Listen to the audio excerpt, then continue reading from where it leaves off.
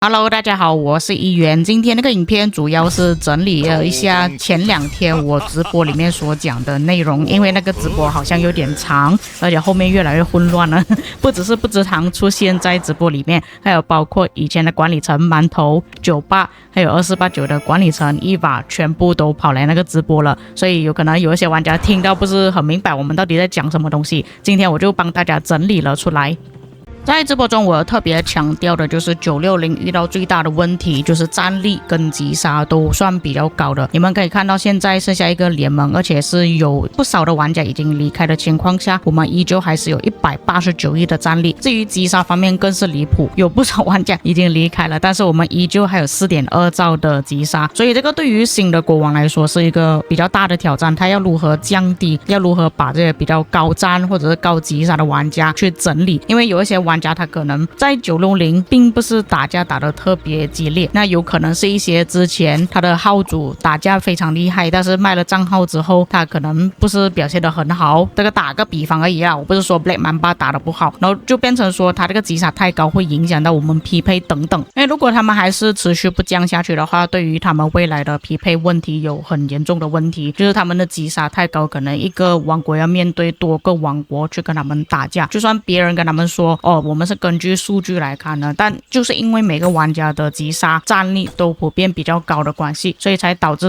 他们必须要面对多个敌人。再来就是要强调，现在的960不是以前的960了，那以前的960还有多数玩家我是认识的，但是现在超过80%的玩家我都是不认识的，所以说只能讲换了一批全新的人吧，所以大多数我都是不认识的，所以也是希望大家看开一点啊，好像现在变成外国人做国王，然后也有说什么 Chisco 会来960，这个大家也得接受，因为已经不是以前的960了，就连88要来的话你们也没有办法。还有提到有不少 SW 的成员们要来，就是以前1079的玩家，因为1079在以前1254的时候发生过一些事情啊，在他们 KVK 期间就跟大家讲他们要移民的事情，而有一些玩家觉得说他们扰乱了军心，让他们打 KVK 打得不是很出力，所以就对他们可能有一点看法，但是我们也只能接受，因为我们的国王已经变成以前 SW 的成员了，所以他如果邀请其他 SW 的玩家进来960的话，我们也只能接受。至于大家的去向呢，其实现在已经有看到不少玩家已经是移民到1606，就比如说现在画面上你们看到的 Mamapeace、Eddie、Loops 还有 Foggy 这4位玩家已经跑到1606了，但是我相信之后应该会有更多玩家过去了。至于2377的话，就有包括 Shio、Huki、Sky、Goldfish、Kim、S-Class 这些其他韩国的玩家也是过来2377了，我看到比较多的是韩国玩家过来2377的，还有听说一些玩家他们可能会过去2489，但是因为2489他们正在进行 KVK 的关系，所以他们暂时不能移民。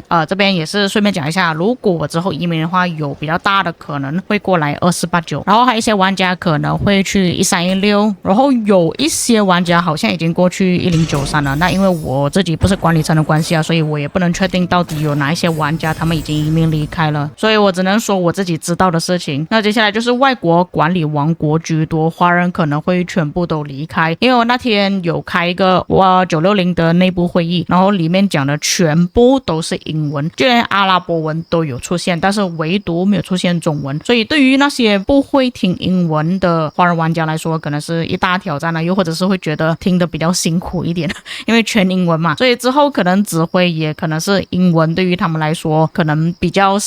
难吧，比较大的挑战吧，所以我觉得之后可能会有更多华人玩家离开，除了那些可能会接受外国人做管理层，又或者是听得懂英文的可能会留下来。再来就是有不少的玩家说不如你们组织一个新的960，在一个新的王国，但是问题是现在已经没有多少华人玩万国觉醒了，所以组织华人王国的可能性很低，没有能够聚集大家在一起的大哥，就好像以前还有亚老嘛，亚老他会讲哦，我们华人一起在同一个王国里面，我们组成一个王国。但是现在没有多少华人了，而且多数华人他们比较偏向于想要去西迪王国养老休息，打得比较轻松一点，所以现在要组织一个华人王国很难，就算组织得了，可能也不是那种非常大型的王国，不是 A 等级，可能是 CD 等级而已。OK， 那么再来就是 Cview 的事情啊，他现在已经换名字了，可能是太多人去私信他还是什么，所以我就把他这个名字这边也是打上马赛克，避免等一下又有人去骚扰他还是怎样。OK， 就有不少人说 Cview 摧毁了960，那其实我觉得这个说法对他来讲是不太公平的。正确来说，他是被逼着上台，就是去接下王国管理或者是国王的这个职位的，所以那时候他是孤立无助啊，因为很多管理层都已经走掉了，包括那个时期的管理层全部都走了，或者是弃坑了，就变成其实他很多东西都要靠自己啊，没有什么人可以帮到他。并且我在之前的影片还有在那一天的直播中，不知汤也是有讲到了，就是960的问题呢，不是说 Cview 做了国王之后才发生的，就是之前就已经有类似的问题存在了，但是一直以来没有解决，所以他这个像是慢性病吧，慢慢累积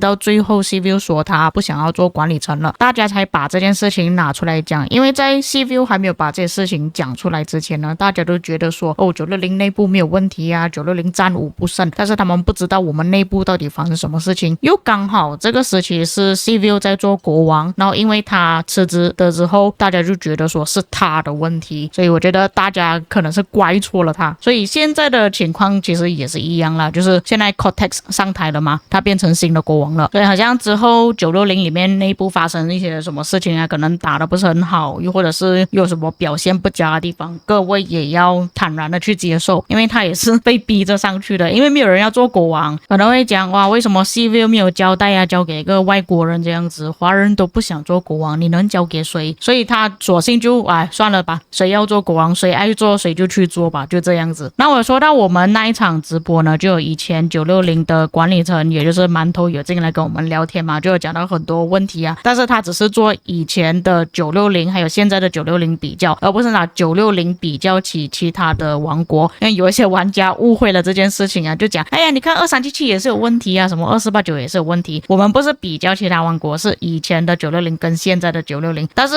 我只能感叹而已啦，因为我们也说做不了什么东西，即使960被毁灭了，我们也只能接受，因为当初的960跟现在的960是已经变了，以前是有亚老的团队，有很多活跃的玩家，大家都很积极，现在大家都只想要拿到更好的击杀，更好的报告，还有甚至有代打的问题等等。然后最后就是有玩家问到我会怎么样呢？我会移民吗？还是会留下来？那暂时来说我会留下来在960，但是要留下多久看情况，因为我现在的资源还有很多，如果我真的是需要移民的话，我也是需要把这些资源全部都花光了之后我才可以移民，不然我就要慢慢的送出去，不然就是要删除掉，我觉得这样子会很浪费啊，所以我可能会在960待一段时间，那看之后960 KVK 表现的怎么样，如果真的是很糟糕，又或者是跟我预期想的不太一样的话，可能我会离开啦，就像之前跟大家讲的，可能会去2489，因为98账号也在那边，大概是这样子啦。剩下我们那个直播呢，其实有讲很多废话，很多聊天的内容啊，还有很多八卦，因为有馒头在嘛，馒头是以前960的管理层，所以他知道一些960以前发生过的事情，那还有包括可能在 DC 有一些人看不应该看的片有一些玩家睡觉，或者是讲一些有趣的故事等等，如果各位有兴趣的话，可以把那一天的直播全部都看完。 OK， 大概是这样子啦，以上就是那天直播的总结，至于各位有什么看法可以在评论区给我知道，我们下个影片再见。